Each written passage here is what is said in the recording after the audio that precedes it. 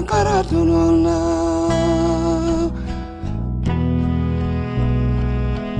Thomas Sankara dafa mësa gëm ni xeex ngir dindi nooteelu Burkina Faso mooy rek xeex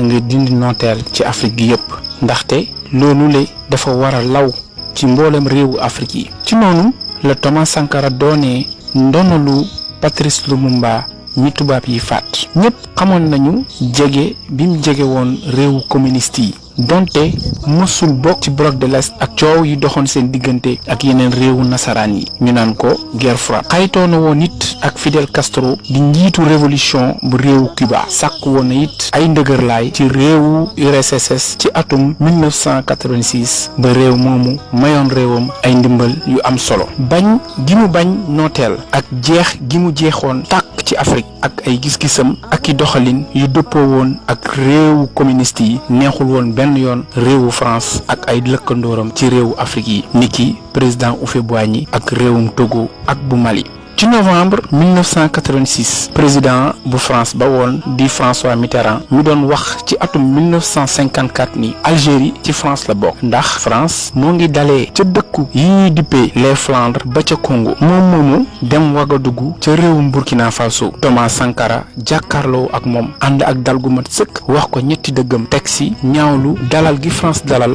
premier ministre bu apartheid bi amoon ci Afrique du Sud te mu tuddoon Peter Botha. Sankara ñaawlu naafeq gi France nekkee diggam ak réewu Afrique yi muy woowee ay xaritam ba noppi di jàppale nguuru apartheid gi loolu di dëggal gëm gi Sankara gëmoon jàppalante bi war a dox suñu diggante réewu Afrique yi rawatina ñi desoon ci nooteel ci waxtu yooyu la.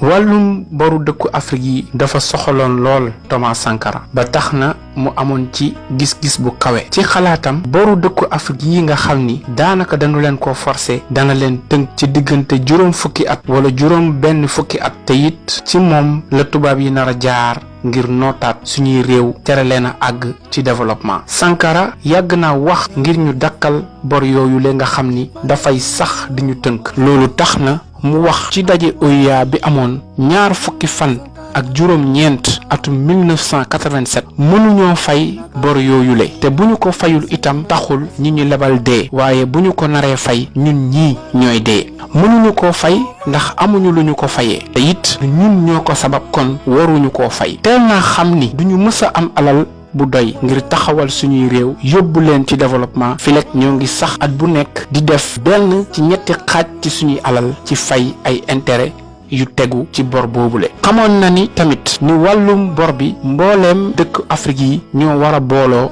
xeex ko ci noonu la xelalee njiitu réewum Afrique yi ñu taxawal lu ñuy duppee le club de Addis Abeba contre la dette di kuréel bi ànd ngir xeex boru dëkku Afrique yi teg ci doon kuréel bi war a boole suñu dëkk yi ñuy jëndante ak a jaayante ngir wàññi yaakaar gi ñu nekkee ci wàllu jënd ak jaay suñu digg ak yeneen réew yi loolu tax na mu daan wax li war mooy jël lu ñuy bay ci Afrique di ko defaree ci Afrique maanaam transformé di ko jëfandikoo ci Afrique. Thomas Sankara tunona.